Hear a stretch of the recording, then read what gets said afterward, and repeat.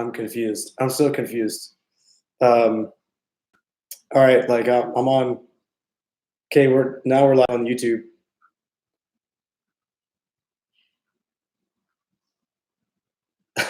Oh, this is good. All right, I got lots of.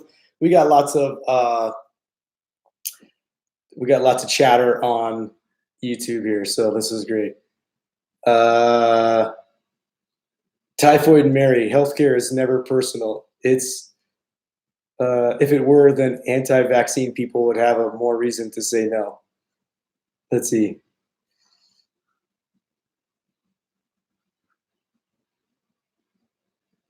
Absolutely a right. It's a right. Hasn't. Oh, sorry. We don't get educated in healthy living or eating in K-12. Maybe if we did, we'll be more conscious of our body's health. Well, that's true. Um, what's up, you guys? What's up, YouTube? Sorry, I'm just reading comments. Let's see. I wonder if I can read comments here, so that way I can actually like look at the camera and not this thing the whole time. How about I put that there? Let me do this. Maybe it'll be a little better.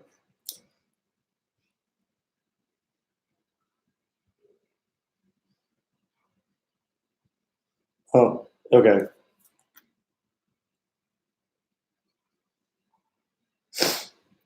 Okay, I'm getting there. Sorry, you guys. I'm just like first time trying out a new system, so that's where we're at.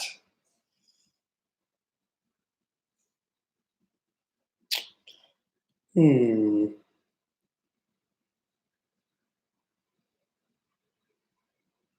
Ah. Okay.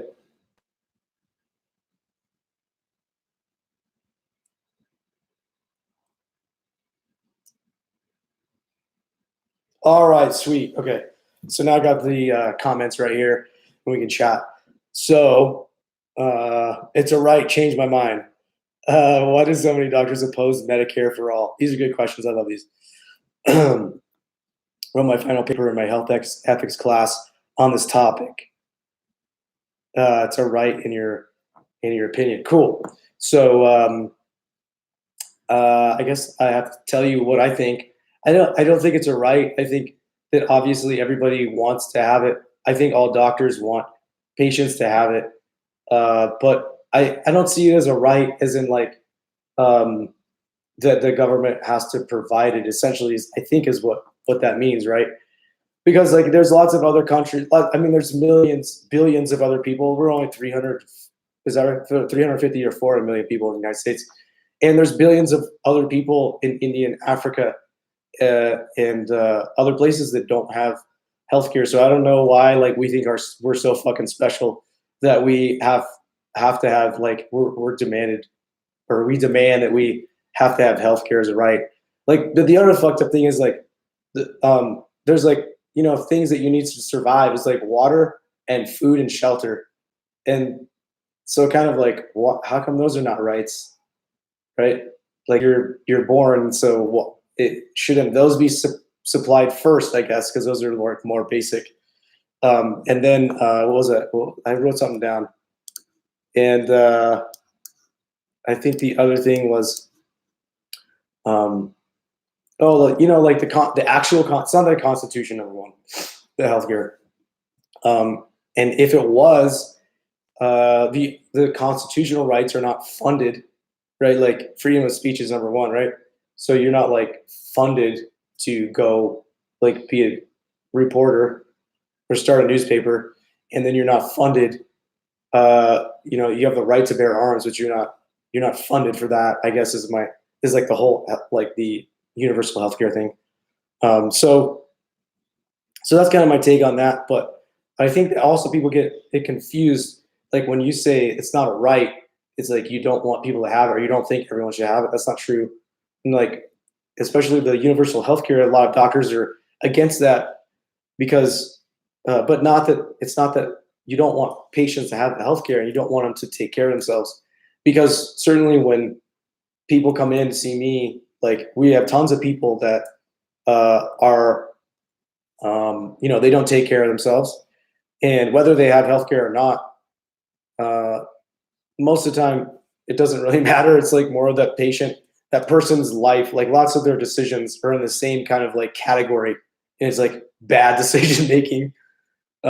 There is a small portion of people that's like in between where they have good decision making and then they like lose a job and they don't have healthcare for a while. And so that thus then they don't go into like get things taken care of or get preventative care. Now preventative care is like super important and like uh if you know we learn these things in you know like somebody's saying we should learn this earlier about how to take care of ourselves. If you do, then that takes care of most healthcare costs, and then you can go get like preventative care, get checkups and things like that.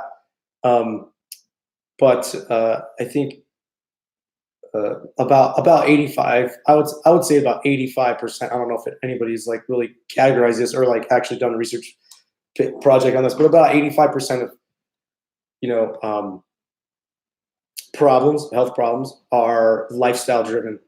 And like I don't blame anybody for that, but I'm not sure that it's your right to go fuck up your life and and then have somebody else pay for it. You know, one of my professors said we could you could give universal health care and provide it for people and it be a right for all Americans. However, it would have to be like other services that we have, right? So the other things like there's rules. So you have a fire department, and you know like our taxes go to a fire department and a police department and things like that. But there are rules, right? The police, like you can't just go burn your damn house down or like burn somebody else's house down. Like there are rules that go with the protections we have. So if you're going to give it to everybody, like there probably needs to be some rules, and you can't, you know, like the number one problem right now is mostly obesity, and that drives like a lot of morbidity and mortality that we see, especially as surgeons. You know, if somebody is has a low BMI or pretty fit, it's like 10 times easier to operate on them, and they have a much lower complication rate, and thus that costs a lot less for them to be taken care of. I think that's kind of like what a lot of physicians probably think. I mean, a lot of them also say, yeah, it's a right and it should be completely funded by the government and stuff. I just don't think, personally, I don't think that that's the best way to go about that. I think that when things are funded by the government, like the post office and the VA system is a you know, healthcare for those the VA, the veterans, and then it's really bad. They get really poor care, and everybody that works there is like, "Holy shit, this is really bad." And so I think taking that on a bigger level is like a mistake. I don't think it's a great system right now. That's for sure. I also think that the reason it's not a great system is because they put the patient in the middle of all this stuff, and it should be a business to business transaction. And it's really like, but they pretend like it's a business to consumer, and the consumer is like, well, I have to pay like 70 grand for an operation when like you know like I don't make that kind of money. And like you know two if there's like two airlines and they're like selling planes to each other, you know, those planes are expensive, right? They're going to be millions of dollars. And that's normal because the business makes millions and millions of dollars or even $1 billion. And so they can do that. But once you like, if you were to go to a patient or a person and say like, oh, you have to buy a plane to like, you know, whatever, then they're gonna be like, I don't fucking make enough money to buy a plane. Why do I have to buy a plane? I just want a seat for one flight, right? Uh, so it doesn't really make any sense. So I think the patient should be taken out of that, and you buy health and you buy insurance, and then like that's it. Like you don't get another fucking bill that says like, oh, by the way, this is 70 grand, because this is all bullshit. By the way, these insurance companies do to like. So this is a game. This is a negotiating game between the big companies like the insurance company and the hospital, right, or the doctor, And doctor's like, or the hospital's like 70,000 for this hospital stay. And the insurance company's like, nah, we're not going to pay that. We're going to tell the patient that they have to pay it. And, and then the patient's like, what the fuck? And then so some patients pay it or they try to pay it. And what I found is, this is a tip for you guys, that the insurance companies really like play big games, and most of the time you can negotiate it down way, way low. If you just say like, here's my income, here's what I can pay, here's what I'll pay you, or I'm not paying you anything, most of the time the insurance company will take that. Or I mean, so the hospital essentially, right? If the insurance company completely refuses, there's a lot of times though, they'll try to not pay and they're required to pay by law.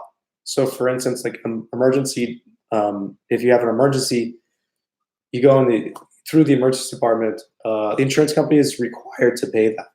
So they try and like kind of hose people with that, but that's something that's kind of messed up. And why I know this, like when I was in private practice, they would send me a bill or send me a check for like a quarter of what I billed, and I like would deposit it like accidentally and or whatever, and I'd say, and then I'd call them and be like, oh, you didn't send the rest. And they're like, no, you since you deposited, like that's that's all we're giving you. That's a contract. And it's like, that's stupid. Like they play crazy games like that. Anyway, I'm gonna read some of these comments. Food, shelter, Medicare are rights under Article 25, United Nations medical care. Nations Declaration of Human Rights. The plain metaphor. Yeah, right. I mean, that's if it's a right, like how come not all Africans have it? Like we're just being fucking selfish, in the United States. Like, well, it's a right for us. Well, why not all of India? Why not all of Africa? Hmm.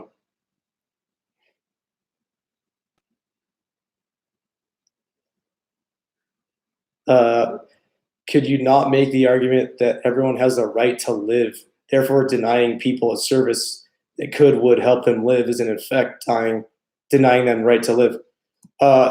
If then you would have to say that like you have to supply everybody with water, because if you don't have water for 3 days, then then you could die. I don't see the connection there. Um, and the other thing is like, do we really have those? Do we have any fucking rights? Like, uh, to me, like if I think about it on a different level than just government and society, like you're here on this planet. We're lucky to be here. We're really lucky to be in the United States. And to, why do I deserve anything? There's nothing that I feel like somebody is owed me. Like I feel like we're animals, and just like animals in the forest, like you gotta earn everything.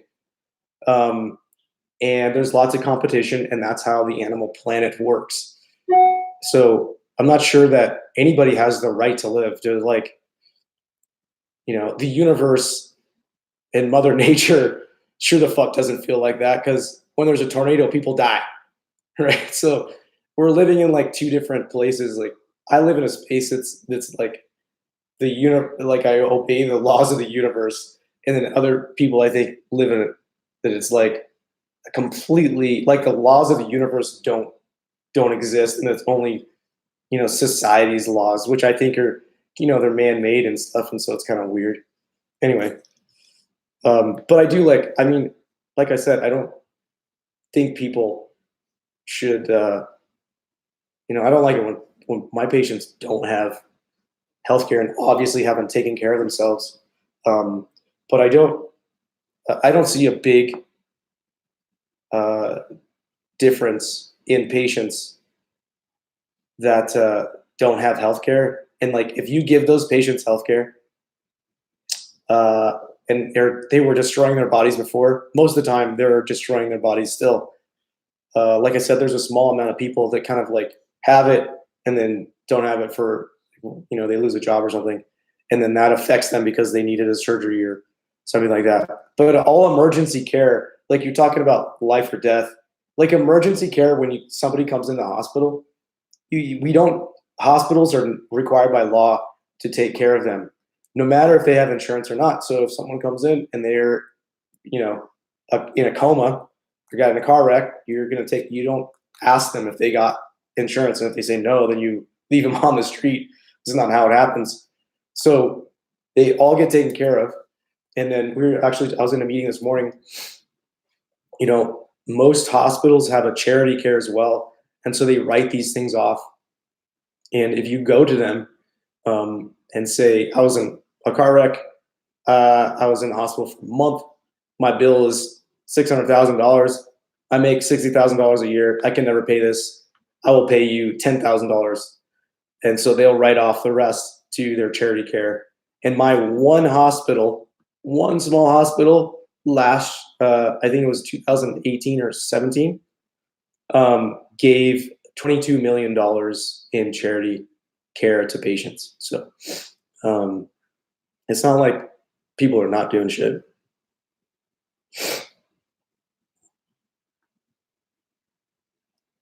Irrelevant, but how similar is nursing to medicine? You mean just being a physician? Rich people destroy their bodies too, and they get livers all the time. So this is when you get a transplant, it's actually under Medicare and Medicaid. So anybody that actually goes into renal failure, so if you say you decide you really like soda and you drink like 5 liters a day of soda, and you destroy your kidneys, and you get end-stage renal disease, and then you have to have hemodialysis. Anybody that goes on dialysis is covered by Medicare or Medicaid, depending on your age, and you get all that stuff for free. So that's not really a great example or argument. Anybody that gets liver failure has a chance to get a liver transplant, and nobody fucking pays for that. The government pays for that.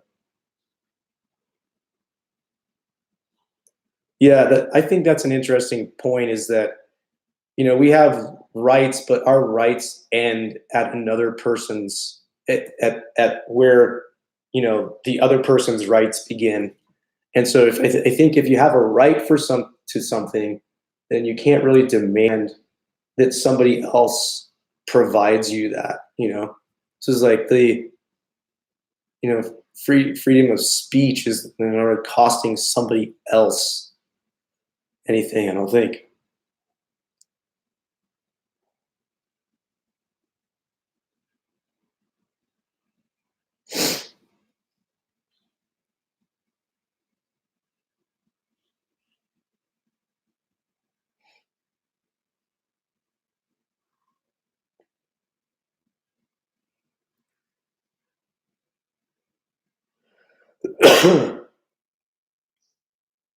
Global warming. Yeah, I mean, I don't. I mean, I guess I'm not sure. Here's my thoughts on it. Like, what kind of? It's on your mind every day. What about it is on your mind every day? My opinion on Canadian free healthcare. So the other ones, this is basically what happens, and what would happen in the United States if we gave free healthcare. Um, Personally, I would not be that affected, right? Um, a lot of people in Canada, and if we did this here, um, basically what happens is you would have two different systems. You had one system where, like, the common man goes, right, and it's essentially the VA system that we have here in the United States, and it sucks. You wait really, really long times. It's very, very slow. Um, it's not great quality, and Um, you, so you have like, and it's like very packed, so Canadian system's like, it's free, so everybody goes, and but it's very limited, like not available on weekends like most clinics and things like that. um, and then if you go to the ER, they're very, very high wait times. And if you need a surgery like a hip surgery or something like that, you go see your doctor. It goes through a few months, and then you'll be scheduled. But sometimes it's like a year to 2 years to wait to get your surgery. I actually know someone that had a heart attack in Canada. They were not able to get the surgery because they were booked, and so the person was life flight to the United States so they could get an emergency surgery. So things like that happen. So for for the common clinic everyday things, they're not bad. But once you start getting into um, procedures and surgeries and stuff like that, then you get these like super long wait times, and you're debilitated. If you can't walk for like 18 months, like you can't hold a job either. So those kind of things start happening. So that's what I think is really tough. And then what they do have over there is that people that have money can go and get their surgeries whenever they want, and they just pay for it. So it's almost like, like what Bernie Sanders complains about is like, and what a lot of people complain about is like wealthy people get everything. It's like you're going to compound the problem, kind of thing.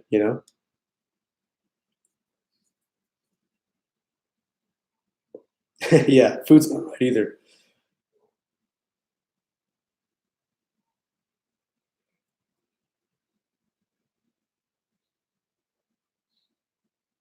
If I had complete control to create healthcare system, how would you do it? I talk about this a lot, and I don't know if really it's feasible or morally correct, but a large amount of our healthcare dollars are um, gone or put towards like the last year of people's lives, like huge amounts, a third, or maybe more than a third of the dollars. And so what I say is, if you don't let anybody over the age of 85 walk into a hospital, then because that's where all the money's spent, and then you could take that money that's saved and probably pay for the rest of the entire um, population. You could still go to a clinic, like if you're over 85, you could go to a clinic and get your medications and things like that. But once you start having big injuries and needing to go to a hospital and having heart attacks and strokes and hip fractures, rib fractures over 85, those patients don't live long. And they typically live a few months, maybe 6 months, and then die. And and they suffer as well. So we all do all these things to like try to extend their life, but it's not quality. So I think like if you took, you know, I think it's hard just to say an age, but if you could get a better handle on physiologic status and say, this is not worth it, because right now it's an issue with patients' families mostly, that they want the patient to live as long as possible. And like the mother, oh, it's the mother, like she broke a hip, but we want to get the hip fixed. We want to get her back to rehab. We want to get her to live, blah, blah, blah. You do all this stuff. You spend thousands and thousands of dollars. And then, 2 months later, she dies of like infection or whatever. It's kind of what just happened to my grandfather. He was 99, but, he fell, broke something. We kind of just said, just go back to the home. Don't get like crazy treatments. And he didn't want anything either. And he died like in a couple months. They just get debilitated and they can't recover.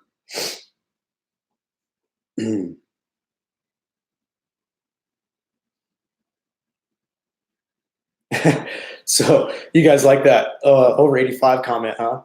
I mean, it's like, so the reason I say it is not that I think like, oh yeah, 85 and like get out of here, but that is I feel like that's around the age where a lot of the healthcare dollars are wasted on not giving them quality of care. I mean, not quality of life.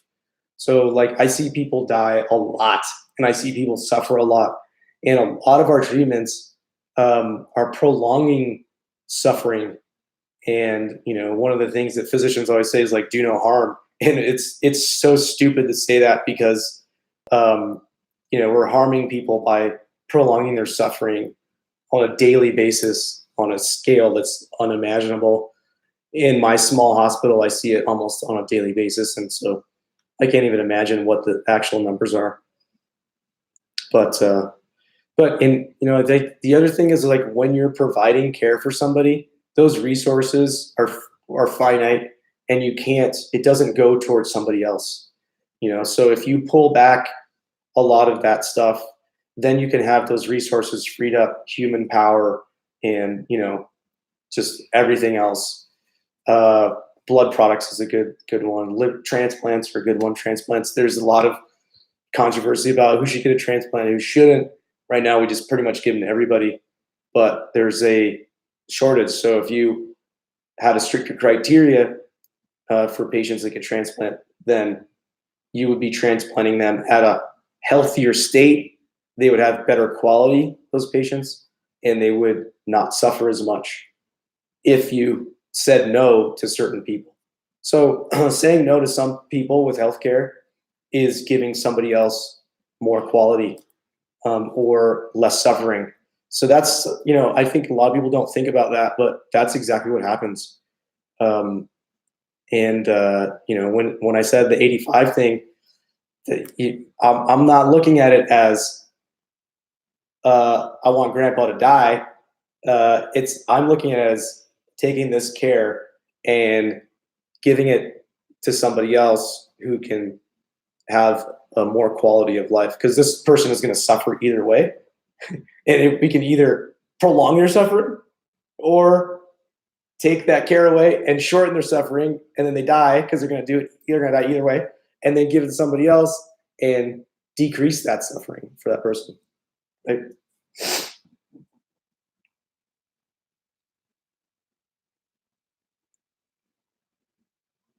We don't say that about military spending, but we should. I agree. I mean, we give way too much support to the world. We could definitely cut back on that. I don't have any problem with that. A lot of you guys think that because I or anybody says one thing and it's attached to like a certain party means that I agree with everything that that party does. I'm kind of conservative in my values and the way I think, but like basically all the Republican politicians I hate, but I also hate the Democratic politicians. But I so mostly like the ideas, most of the conservative party, but not all of it, right? So, and everyone's so like polarized that as soon as you say one thing, they're like, "Oh, you're this," and so you think all of this too. I'm like, no. So use your fucking brains.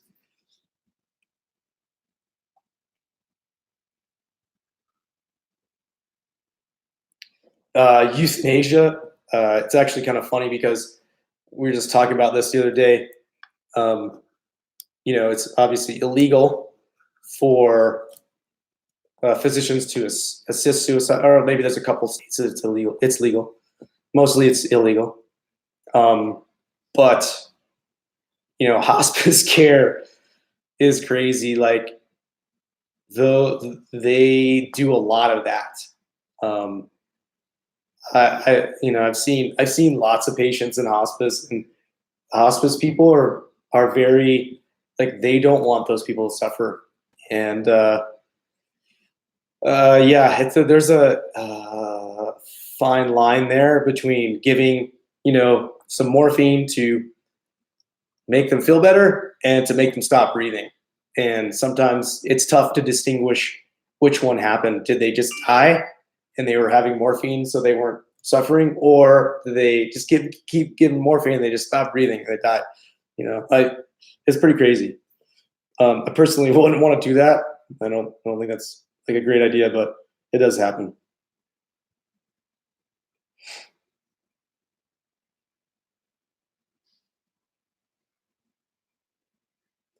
Um, High doses of those meds that go comfortably. Yeah, I mean that's basically what happens.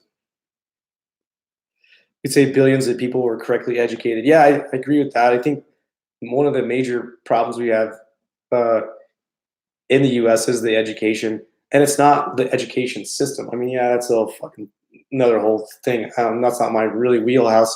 But what I do know, because I live in Detroit, is that those people there in Detroit are not educated by their community. And what I mean by that is like a micro community, like their family unit, right? So if you have a father that doesn't understand health, then right, you're going to translate that to your kids and you're going to teach them a different way to eat that is not, you're going to teach them how to eat, which is not healthy. And then they don't even know, they just think it's normal. So that type of education, like the trickle down, I don't know if you want to call it trickle down, probably not a good word to use, but those people are not getting like proper education. It's not even really. I don't even think you can supply that through the actual education system, but it's like the family units that are just teaching bad habits to children.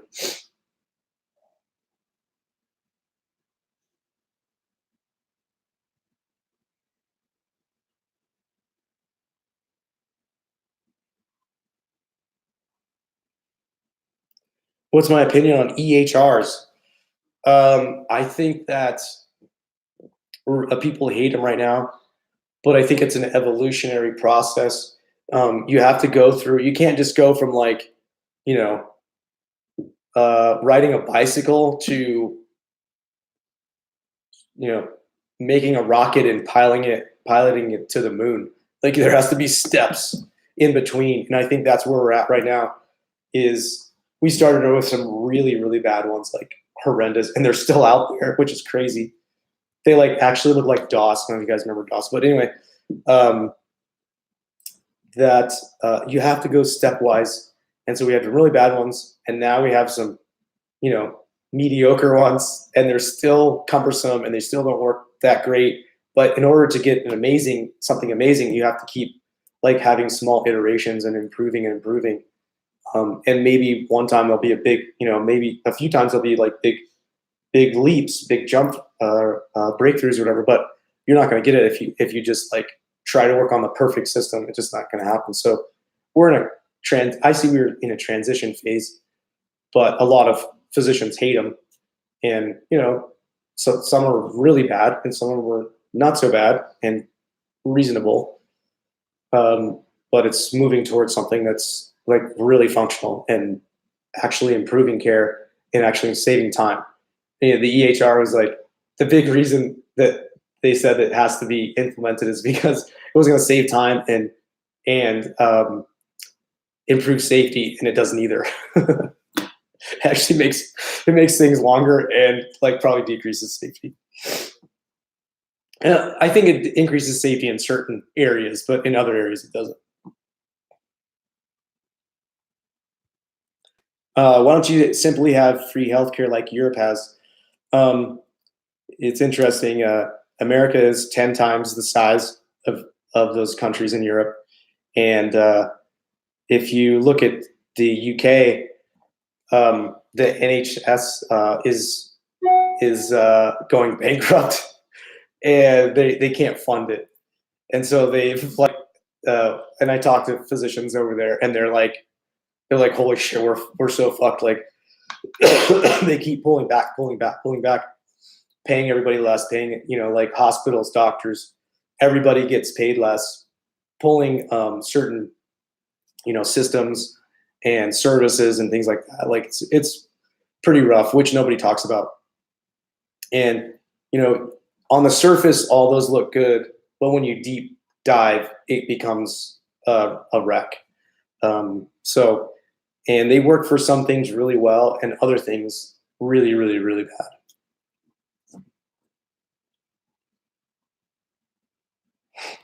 Should U.S. accept more foreign doctors to counter the shortages? We have tons of foreign doctors, and they're piling in all the time, and they've been here forever. I'm not sure if there is I suppose there's a limit on them, but um, I think that we should just like allow more medical students in the United States. Like, why not? Why can't we do it? Like the medical schools just don't increase, right? Don't increase their class sizes, and so that's the limit of number of doctors per year you can make.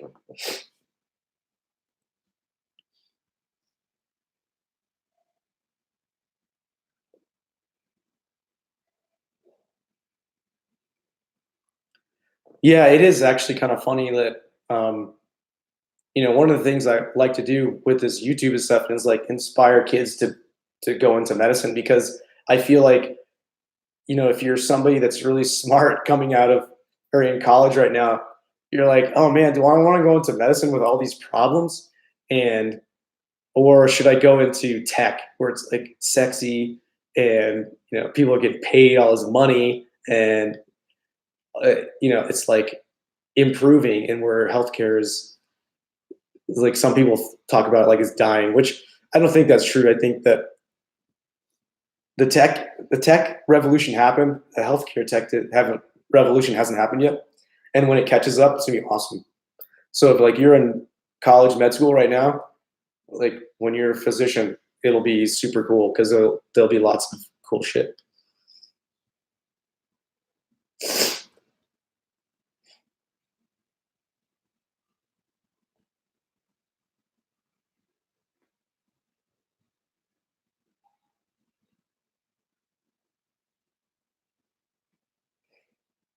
Let's see. We need more primary care doctors. Yes.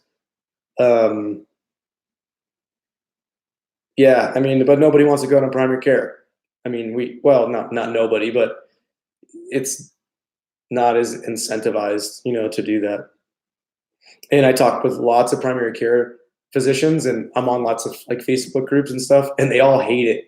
Like the ones that are in it, they're like trying to get out of it so hard, and they're trying to go to direct primary care, which is just having patients pay them like a monthly fee, and then they come in and see them whenever they want. But that only goes so far. That patient is going to pay your primary care doctor. You're paying $50 a month. That's great, and you can go see him whenever you want. But there's only so many things you can do in that clinic. You might get some prescriptions or labs or X-rays, but if you need to see an orthopedic surgeon or you need to see an endocrinologist, you need to see a cardiologist. That's totally different. That's on top of everything else. So it's unfortunate that the family physicians have got put in this position that they're not able to sustain a practice. It's a bummer. I was in private practice and I left, and I am employed now because um, it's that business to business thing. Like I was in the middle of these giant businesses negotiating these huge, you know, uh, fees and reimbursements and all this stuff. And if I didn't get like one check, like my whole month was fucked. Um, and these guys, like, $20,000, $30,000 is a drop in the bucket for them. So, I'm like waiting on $10,000 check, and I'm like, I hope I can pay my bills this month. It cost me like $25,000 overhead for one office, one person, just to like keep everything running, insurance and stuff like that. And so that was tough because the insurance companies would try to not pay you as long as possible, and sometimes I would wait like a year to 18 months for a check. And I think it was coming for every month for like 7, 8 months, and it's not showing up, not showing up. I'm like, oh, I'm trying to calculate all this stuff. Like, am I going to be able to pay everything? So it was just too much for like when you're doing surgery and taking care of patients, and then taking care of small business, and then dealing with insurance companies and all that stuff. I was just like, this is too much.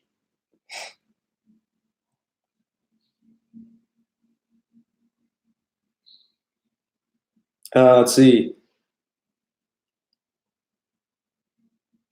Tips for studying the endocrine system. You need to remember things based on other things that you already know, associate them with things that are already in your brain, you know, like the layout of your house, or can you build like a hormone feedback system based on the rooms in your house, like T4s here, free T4s over there, like, you know thyroglobulins over in this room, something like that. How long are we at? Oh, 40 minutes. Well, this is a lot. Okay. I'm gonna do like 5 more minutes. Tips for studying anatomy, same thing. you know the best tips are like associate new memories with old memories. Those are a lot easier to remember. What are my thoughts on water fasting for weight loss? You're doing a 21-day fast. Well, I was on the island program, and I basically fasted for 28 days. No, I didn't. I On average I ate about 100 calories a day for 28 days. Um, Interesting things happened. One, my skin cleared up. I had this like almost like psoriasis stuff. It wasn't psoriasis, but it was like some inflammatory something on my eye. Completely went away. My skin was like baby soft, and pretty much all I drank was water, and I had coconuts, like coconut meat and coconut water, and like some fish, and basically nothing else. Yeah, but a very very small amount. Like this was my dinner. I'd be like, I pinched this piece of fish, and it'd be like in between my fingers, and that was like, oh, that was delicious. That was dinner. So I think it's probably really good, but then the problem is coming back and doing, and like, what are you going to do when you come back after the fast? I don't think there's any problem with it. You can live a few months usually without any real food, but you can't do it without water. What I think about Lebanese medicine, I have no idea. I've never been there, and I'm not really familiar with the system. Nowhere in the Constitution does it say healthcare is a right. Oh, thank you. Jaja, I love you guys in Lebanon as well. Actually, one of my good friends is over there. He's a cardiothoracic surgeon, and he did, I think, the first lung transplant in Lebanon.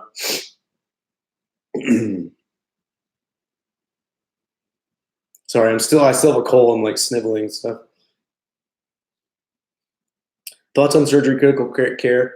I think it's pretty good. I also think surgical critical care, in the future, you can do telemedicine, and you can watch 20 patients on monitors, probably from home or very close to the hospital or just in your call room, whatever, and keep tabs on everybody like that. With telemedicine, like a lot of those telemedicine, they have a robot or they have cameras in the room and all stuff, so you can see the patient, you can see their vitals, all the stuff, the numbers, and so you can run those things like, should be able to run them remotely. So I think in the future, that's a good option. Plus, they pay really well, and I think they're pretty good hours too. They can be, you can adjust your hours, and you don't get burnt. Like, you don't have to get burned out. If you're doing surgery, trauma, and critical care, you can certainly get burned out with that. What do I think about MPs and PAs covering the doctor shortage? You know, I appreciate MPs and PAs and the job that they do and the role that they play because they help me a lot, but they're not doctors and they're not the equivalent. And I don't think that's a good idea. Um, yeah, that's what I'm gonna say about that. Uh, Not to say that some of them aren't amazing and pretty close, but it's not the same training. You're talking about a difference of, it's a 2-year training versus, for me, a 13-year training. There's just no comparison. Now, experience, so say that NP like works at a hospital, it's a really busy hospital, and they work at the hospital for 10 years and they get experience right next to a surgeon for 10 years, then that person has pretty close to the same experience. But the ones I've seen, they don't work that close like that with a surgeon. They're not making all the same decisions and things like that. So in general, it doesn't really happen like that. Maybe primary care, but then you're talking about like you have to work next to a primary care physician and not like being supervised, like being fake supervised, but actually working with them and seeing their thought process every single day for 10 years. And it just doesn't happen. So I don't think it's a great idea.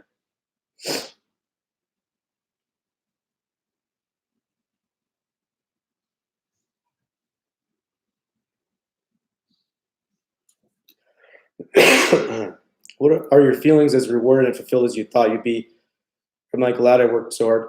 I think, I wish I would have not taken the time off. So I had a couple extra years in there, and I think it was too much. I think if I was done a little bit earlier, a couple years earlier, and I took a job, it was like a normal, more normal job right away. I would have been. Uh, I think that's okay.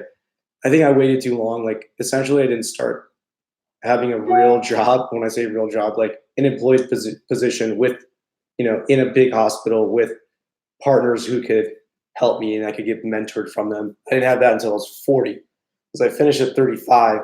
And for about 3 years, I fucked around in a small hospital and there was nobody there to help me. And I was learning all that shit on my own. And then for a year and a half, I did like this locums and there was really nobody there. And then I got a job like when I was like 39, 40 that was with a group and there was older surgeons and they could continue to teach me stuff and I could continue to learn and get better and stuff like that. So now I feel good about it. And in fact, I was just talking to somebody the other day, like, I'm almost bored with this stuff now because it's a lot of the same stuff over and over and over. And I feel it's good because I like that mastery part, but it's also bad because it's like kind of routine. So, but it's good that I get to keep helping people, and that's really awesome. And I think, we're paid really well. Not everybody is. I know that, but I feel fortunate where I'm at. 47 minutes now. Now I'm gonna have to go to 50 to make it. Like I'm slightly OCD. I'm a surgeon, so type A. I need to hit like a number, like 45, 50, or an hour. Let's see. Let me look at these comments here.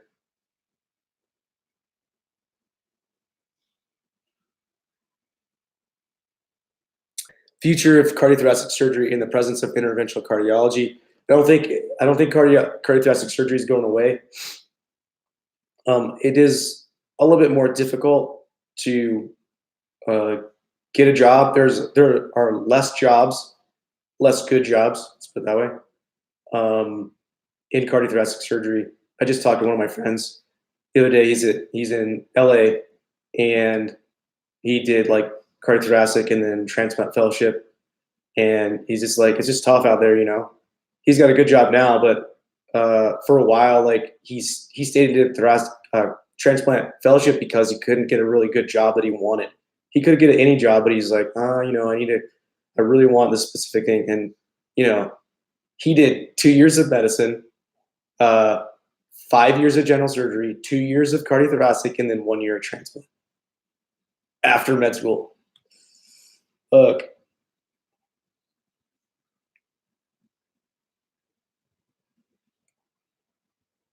go for an hour. Internal med or family med? I would go internal medicine. But it all depends on you, right? It's really not my decision. It depends what you want to do. You want to work in a hospital and treat sicker patients, or do you want to do preventative care for people in a clinic? Essentially, is the main difference. You can kind of they kind of cross over a little bit here and there, but that's kind of the main difference. I'm not cursing like I regularly. I know. I guess I should, just to keep consistency.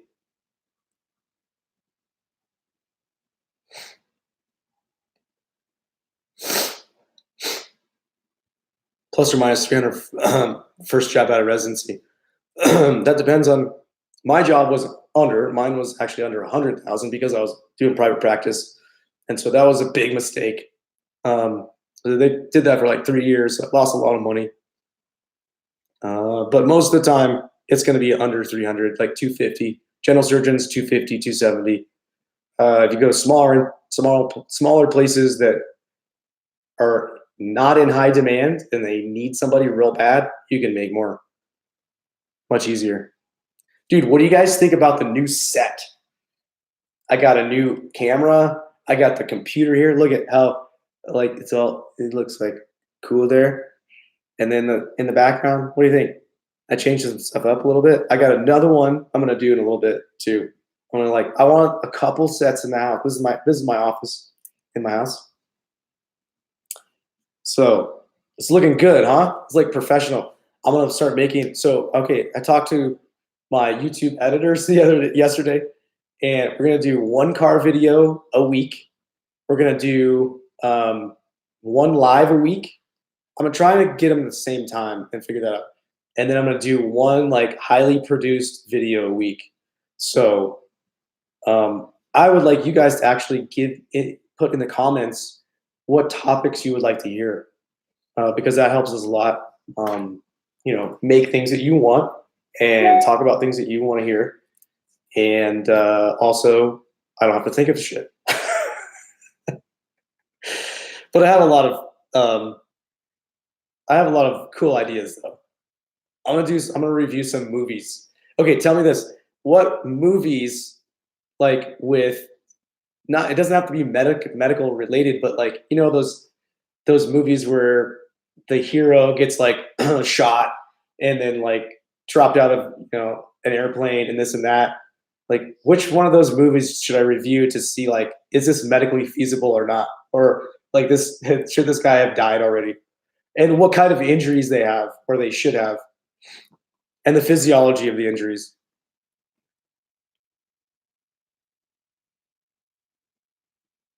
Post-back programs. Where is technology headed with medicine? This is great. Thank you guys. This is awesome. Fast and Furious. Oh, so Fast and Furious is coming out this summer. But I'll do the new Fast and Furious. I'll do the last year's, and then this summer I'll do another Fast and Furious. There's like a bunch. I looked at these movies this summer coming out, and there's some pretty good ones. I'm gonna do those.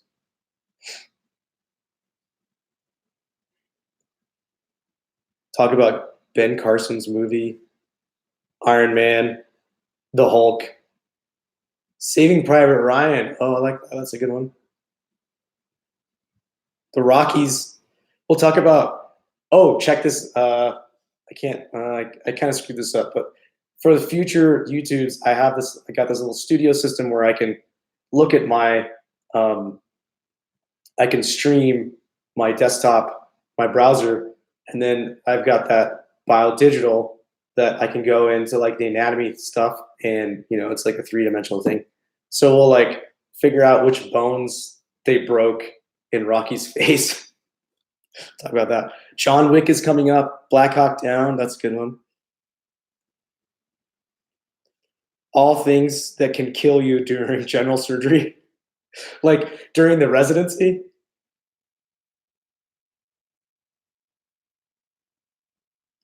What's my opinion on PA versus MD? This is a really good question. And it's basically, here's the decision. Do you want to be the pilot of the plane or the flight attendant? Does that make sense? It's not quite like that, but as a physician, you're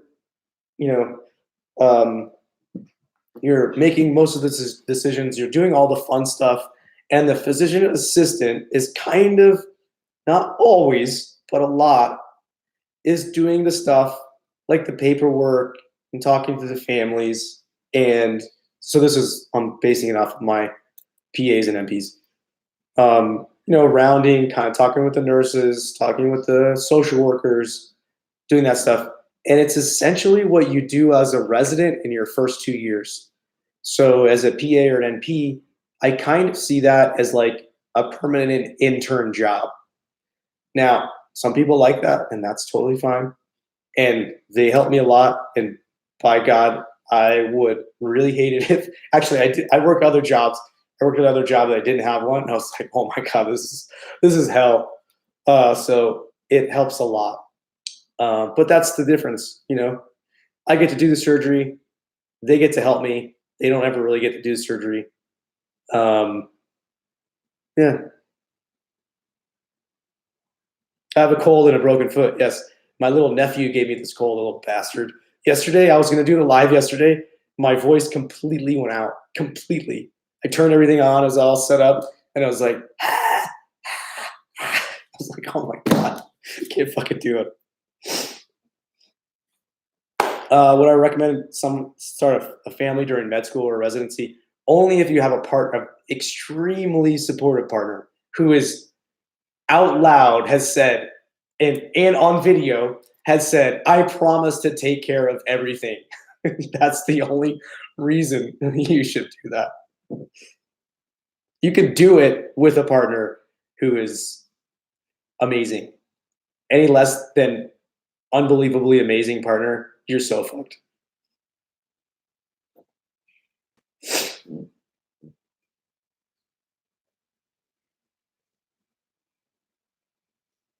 Oh yeah, teaching videos. I have a whole list of things I'm gonna do about suturing.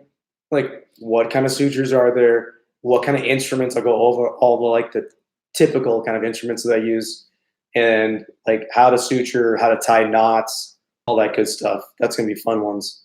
Um, yeah.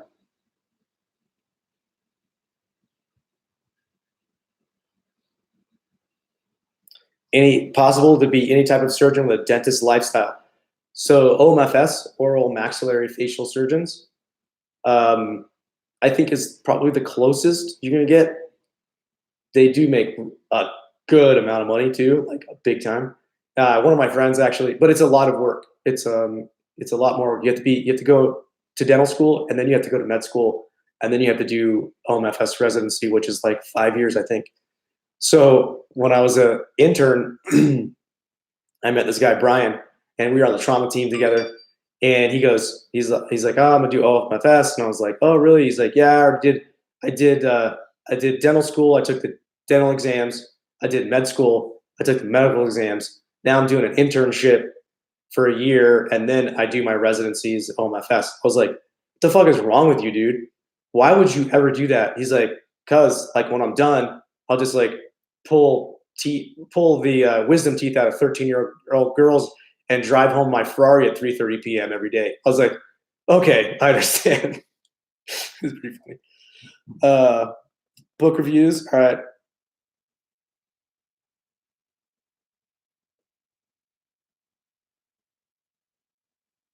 GTOW. What is that?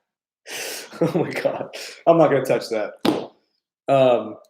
Well, we're at 57. I'm 58. I got 2 minutes. I hit 60 minutes. I guess we're going to go for it. Fuck it.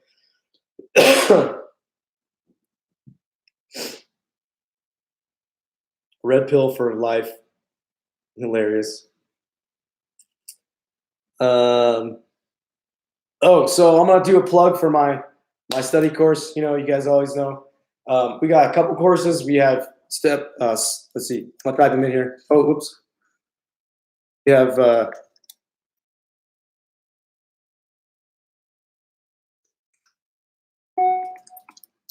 secretstudyhacks.com. If you are a high school or college student, this is what I recommend. If you're having a tough time focusing and concentrating, and staying motivated to study, that's what that course is for. Then we have MCAT Prep, MCATPrepAcademy.com, not .com.n, and that is for if you're prepping for the MCAT. If you did good in your classes and you're trying to get over a 90, I think, a 90%, then you want to take this. This is not for somebody who did not do well in their classes in undergraduate and having a tough time. This is kind of a condensed version, which is why it's cheaper than like Kaplan and all that stuff. This does not teach you the concepts, but it gives you an amazing compressed schedule and study tutorials on what to study and what not to study. The most important things is what not to study, what not to waste your time on. So that's what that's for. And then if you're a med student,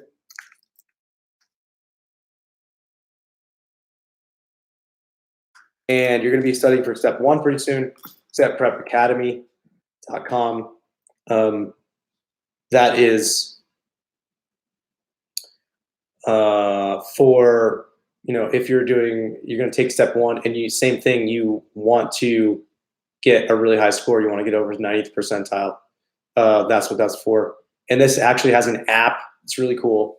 You put in how many days until you have the test, and it tells you exactly what to study on which day, which books. So there's like all the same, everyone reads the same books. So it tells you which pages or which section and how many pages to read each day.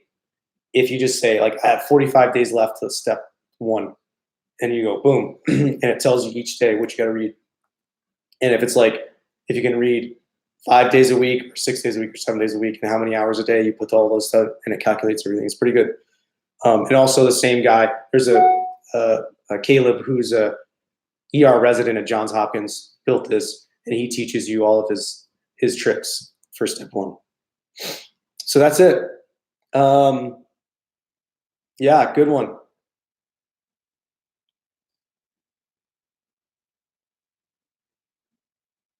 Oh man, you guys just keep going. Like there's like so many comments. This is awesome. So from now I'm gonna do this once a week. I got it all set up now. I got a real fucking studio, real cameras. I got a little studio thing, so we're gonna talk about anatomy and things like that. Because I wasn't able to do it before because I wanted to draw stuff, and it's not that great. But now I have like a 3-dimensional, basically cadaver kind of thing that I can move around on my screen, and you guys can see at the same time as I'm talking about it. So we'll do that kind of stuff. And look out for the car videos every week. We'll probably try and put out a schedule at some point, and the lives every week. And then I think on Sunday we're gonna do like a really cool video. But they'll be based on what you guys want to see. Cool. Thank you guys so much for watching. Hang in there if you're studying. Trying to go to med school. And we'll see you in the next one.